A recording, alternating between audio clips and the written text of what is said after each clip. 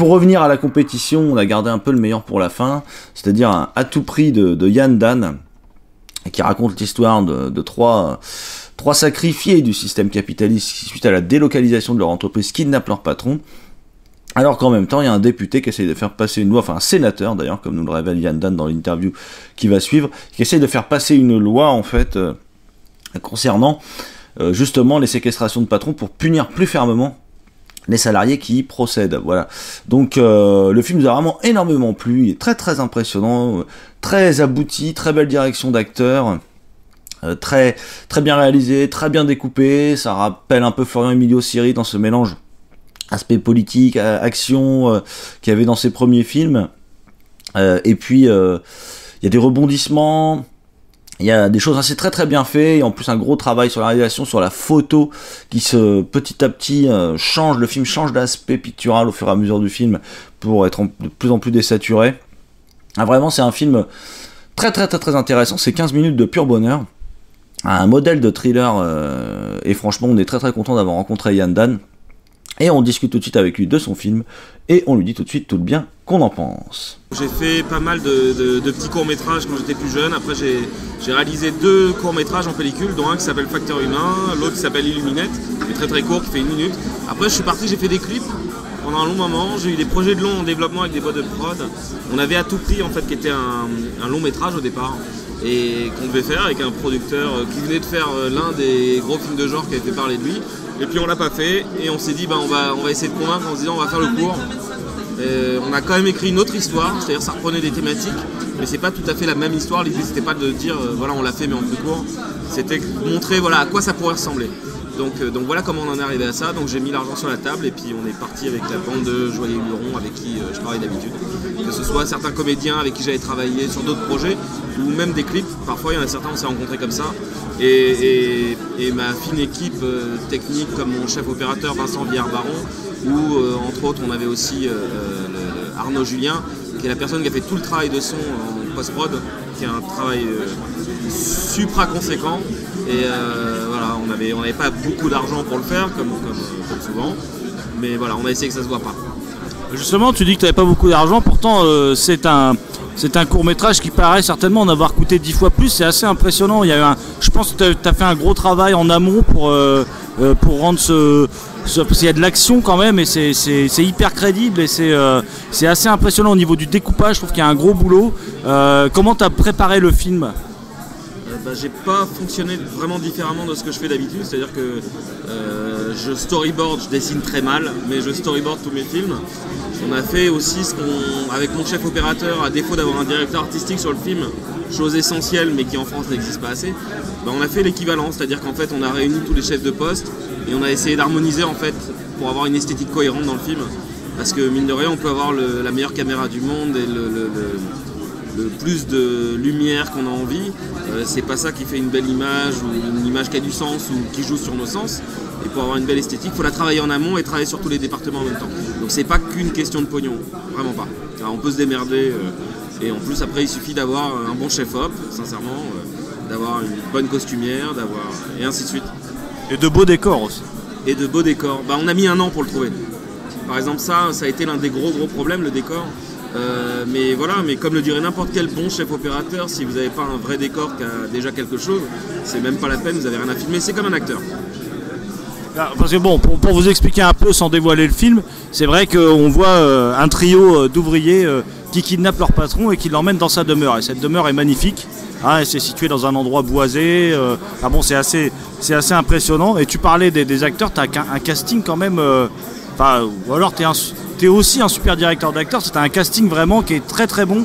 Je trouve parce que c'est souvent ce qui blesse dans les cours d'action, c'est le casting est pas bon, les dialogues sonnent faux et tout ça. Et là ça sonne juste. Les acteurs sont hyper crédibles et ceux qu'on croit les plus faibles deviennent les plus forts. Il y a toutes ces choses-là dans le film. Comment tu as travaillé avec ton équipe d'acteurs justement ? Écoute, pareil en fait. Moi je me rappelle, j'ai un ami qui est scénariste, qui a travaillé avec Claude Miller. Et Claude Miller, il avait dit la chose suivante, c'est pour être un bon directeur d'acteurs, la première chose que tu as à faire, c'est faire un bon casting. Et une fois que tu as fait un bon casting, tu as fait 90% du boulot. Donc c'est très gentil ce que tu dis, mais sincèrement, les mecs sont bons. Moi, il y en a que j'adore, avec qui j'avais déjà travaillé. que ce soit Franck Sarabas, que ce soit Pascal Hainaut. On avait travaillé ensemble, on s'est connus sur un clip que j'avais tourné.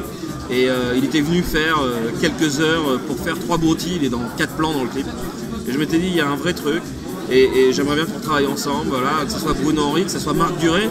Marc Duret qui joue donc le sénateur Cortal.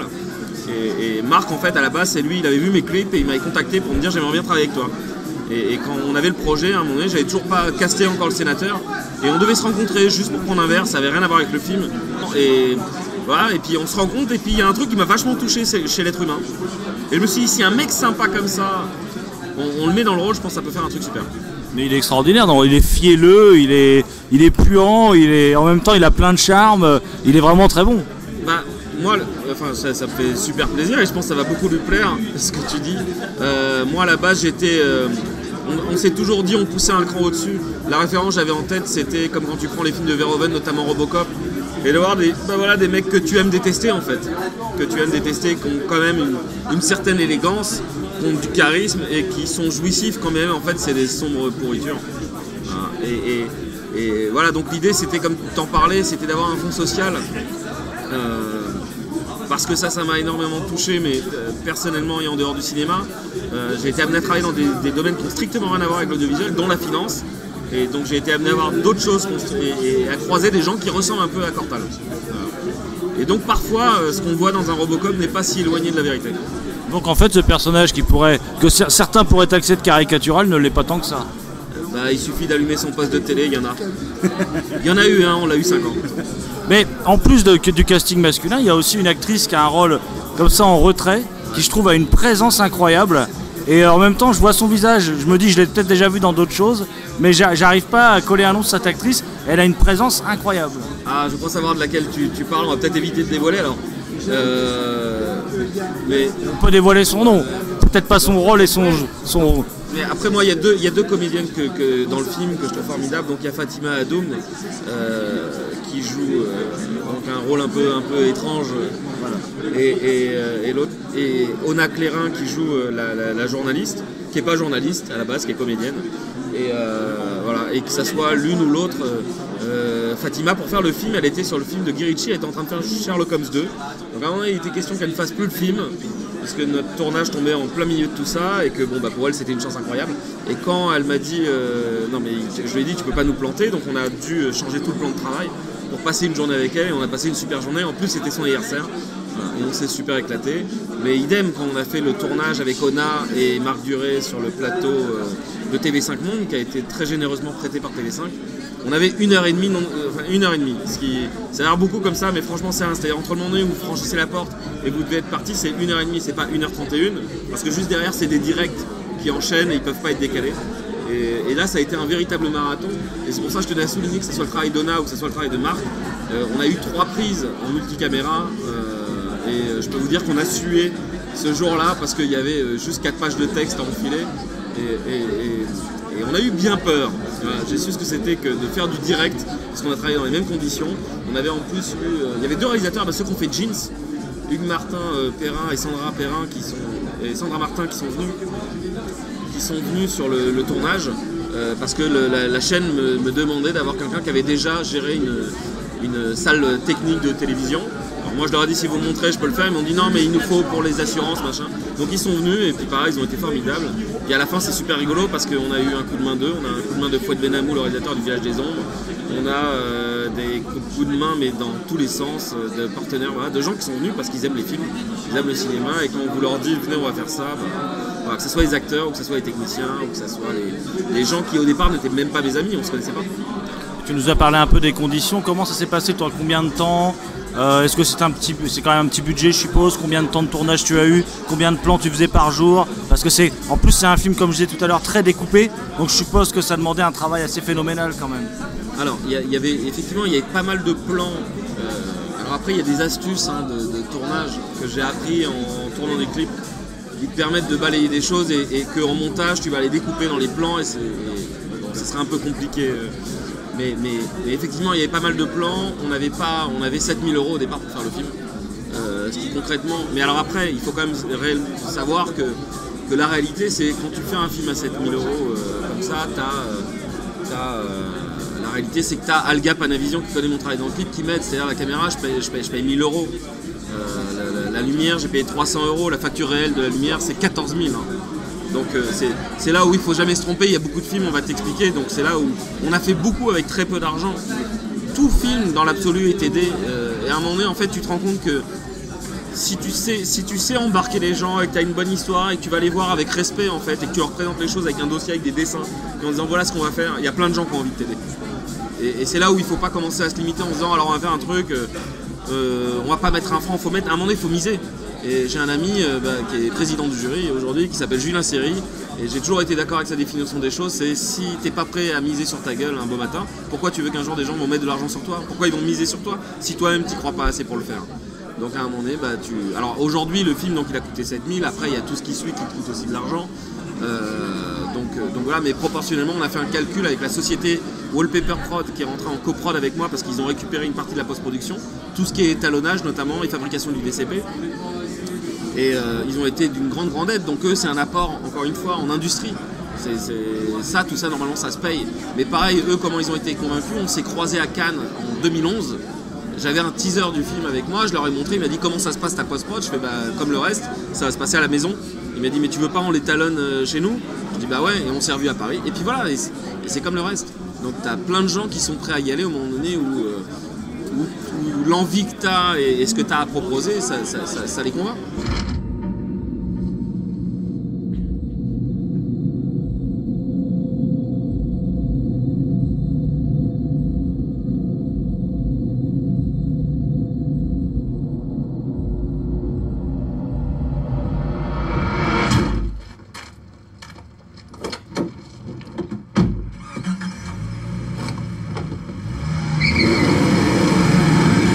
Quelles sont tes influences sur ce film? Parce qu'il y a un peu de tout dans ce film, il y a le côté social, il y a le côté action, il y a en même temps, moi ce que j'aime bien aussi, mais ça on en parlera après, sur la photo, il y a un gros boulot sur la photo aussi, avec l'intérieur, l'extérieur, enfin on se sent enveloppé dans le film, il y a des moments, mais t'évites en plus tous les écueils du petit budget, il n'y a pas de jump cut, il n'y a pas de shaky cam, il y a des vrais plans de cinéma, donc voilà, ma question c'est... quelques plans de shaky cam. Ouais, mais c'est pas tout le film. Voilà. Non, mais non. Ça fait pas masque petit budget, quoi. Voilà, quoi. Alors, je vais commencer par la fin de ce que tu disais sur la shaky cam. La shaky cam, en soi, que moi, ça aussi, ça a fini par me gonfler sur beaucoup de films. En fait, c'est comme, pour moi, ça a toujours été comme n'importe quoi. C'est comme un travelling. C'est qu'un outil en fait qui peut te servir. Moi, j'ai jamais supporté regarder un film qui du début à la fin est raconté de la même façon parce que ça veut dire qu'il n'y a aucune évolution alors que tout script évolue. Moi j'ai toujours aimé, après je suis un fan inconditionnel de Sergio Leone, de Martin Scorsese, après il y en a un paquet, je veux dire il y a John Woo, Sam Peckinpah, enfin James Cameron, Florent Emilio Siri, Mathieu Kassovitz, enfin la liste elle est supra longue, Stanley Kubrick, Christopher Nolan, tu vois, mais ou que ça soit mais jusqu'à Wong Kar-wai ou en passant même sur regarder des films qui sont pas obligatoirement ce que j'ai envie de faire. Donc, alors après par rapport aux influences directes par rapport au film, très sincèrement, je regarde pas de film quand je prépare le mien. La seule chose que moi je gardais en tête, c'est des films comme Hard Candy, c'est-à-dire que eux, ce sont des modèles économiques. C'est-à-dire où la personne elle a réussi à créer une véritable identité. Pour moi, c'est essentiel pour tout film d'arriver à créer une identité visuelle qui corresponde au film que tu vas proposer, aux émotions et aux ambiances que tu essayes de générer. Et le truc, c'est qu'à un moment donné, voilà, de toute façon, tu as bouffé du film depuis tellement longtemps. Après, tu travailles et à un moment donné, tu te rends compte que la seule solution que tu as pour faire ton film, c'est de faire confiance et de travailler par rapport à ce que tu aimes. Alors, tout à l'heure, j'ai cité des cinéastes. Moi, je sais qu'à un moment donné, quand quelqu'un il voit 3 ralentis dans mon film, il me dit ça y est, c'est John Woo. Mais alors très sincèrement, c'était la dernière personne à qui j'ai pensé en faisant le film, que ça soit au tournage ou au montage. Voilà, alors je laisserai les gens déterminer par eux-mêmes quand ils verront les ralentis de se dire d'où ça provient. Moi je pencherais plutôt du côté du petit père Sam, très humblement. Voilà. Mais encore une fois, c'est pas le cinéaste que tu essayes de reproduire parce que ça n'a aucun sens. Je veux dire, ils ont tous apporté, ils ont utilisé des procédés que tu es le dernier des idiots si tu te rends pas compte que le langage cinématographique il est face à toi, il faut t'en servir pour raconter ton histoire. Tu parlais de la photo, un peu comme je parlais du langage cinématographique, c'est par rapport à la photo, tu es là pour raconter une histoire et les couleurs, les teintes que tu utilises, l'ambiance que tu génères, que ce soit à travers le décor, les costumes et la lumière. Tout ça est là pour participer à mettre le spectateur dans une atmosphère et à raconter ton histoire. Donc sans expliquer l'évolution, parce qu'on a travaillé sur une évolution, que ce soit de la couleur ou des contrastes, à travers toute la progression du film. Ça c'est fait donc en collaboration avec le chef opérateur. C'est quelque chose qu'on avait déjà expérimenté ensemble sur un clip. Alors pas tout à fait de la même façon, mais le principe était le même. Alors je sais pas si je peux... Tu as cette espèce de désaturation progressive, on l'avait déjà fait ensemble. Donc c'était juste, il y a des choses en fait qu'on a fait que reprendre dans notre propre travail en se disant c'est l'occasion de pousser parce que le film nous le permet. Et moi j'ai toujours en fait, alors un petit truc rigolo, tu vois, la seule chose qui était une référence dans ma tête, c'est de me dire j'essaie de penser le film comme un conte de fées. C'est ces trois mecs qui arrivent dans une belle maison, tout est formidable, les oiseaux chantent, il fait beau, il y a une lumière dorée, voilà, ça c'est le début, et c'est un conte de fées quoi. Donc comme dans les vrais contes de fées, on sait comment ça va finir. Mais l'idée c'était de travailler là-dessus, ce qui en soi n'a rien à voir avec le thriller. Mais l'idée sur un film de genre, je trouve qu'il n'y a rien de pire, parce qu'on en mange beaucoup. Et qu'à un moment donné, c'est se nourrir simplement des séries B que tu as vues et qu'on a tous vues et d'essayer juste de les recopier. Je serais le premier frustré à voir ça. Je trouve ça sympa, il y en a que je trouve plus ou moins bien fait, mais après c'est pas ce que j'ai envie. Donc après c'est peut-être mon côté ambitieux, voire prétentieux, d'essayer de se dire on va prétendre à autre chose. Mais moi je suis le premier quand je sors d'une salle, pour ça d'ailleurs j'étais Hard Candy, et au-delà du script que j'ai trouvé formidable et des acteurs que j'ai trouvé formidables et le metteur en scène qui était incroyable, c'est qu'en plus il m'est resté des images très fortes et que dès que je m'en souviens je pense à Hard Candy, je pense pas à un autre film. Et finalement ce que tu as envie de faire avec ton travail c'est de te dire qu'on aime ou qu'on n'aime pas mon film. C'est important qu'on s'en rappelle et c'est important qu'on a réussi à générer au moins 1 à 2, 3 images dans le film qui resteront. C'est elles qui génèrent l'impression. Donc voilà. Et puis, c'est vrai que moi j'ai envie de te demander est-ce que ce serait du gâchis, enfin du gâchis, tu vas peut-être me dire le contraire, que tu retournes faire des clips, tu as peut-être envie maintenant de passer à la vitesse long métrage, non? Alors, je retourne pas faire des clips, je travaille sur des projets de long. J'ai un producteur qui avait vu le film, qui est en Angleterre, qui m'a demandé si je voulais bien travailler sur un film pour lui en fait.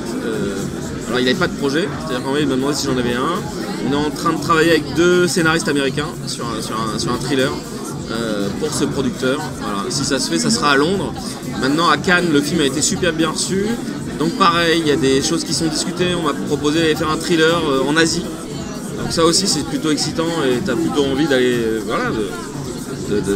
d'aller voir, parce que d'abord c'est des pays que tu connais par le cinéma, très sincèrement. Après moi dans ma famille j'ai des Asiatiques en fait, donc il y a une micro partie de la culture que j'aime énormément, que j'ai connue par eux, t'as envie. Puis voilà, et puis l'expérience d'aller là-bas, et on m'a proposé aussi quelque chose peut-être au Canada. Donc il n'y a rien qui se présente en France en fait, pour être sincère. Ça se présente plutôt ailleurs, on verra, j'espère qu'il y en a un qui va se faire déjà. Ça serait déjà très bien parce que on a eu 2 projets en France, les 2 sont tombés par terre pour différentes raisons.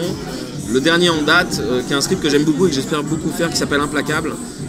Pour l'instant aujourd'hui on me fait comprendre qu'en France c'est trop compliqué de faire ce film, mais pas simplement parce que c'est un film de genre. C'est trop compliqué parce que quand les gens lisent un script, je ne le compare nullement à Memento ou Usual Suspect, mais où la structure n'est pas linéaire. Et quand même les gens peuvent aimer les scripts, ils me disent mais je pars pas là-dessus, et ils me l'ont dit, je ne serais jamais parti sur Memento, je ne serais jamais parti sur Usual Suspect, je ne serais jamais parti sur un film comme ça. Quand même, et on connaît tous les scores de ces films-là, mais voilà, donc aujourd'hui on me dit un film comme ça en France ça fait trop peur, non. Alors que c'est un thriller, il y a de l'action, il y a beaucoup de rebondissements comme t'en avais déjà dans À tout prix. Voilà. Mais ça a priori ça va pas être maintenant, et ça se trouve je vais le faire mais ailleurs.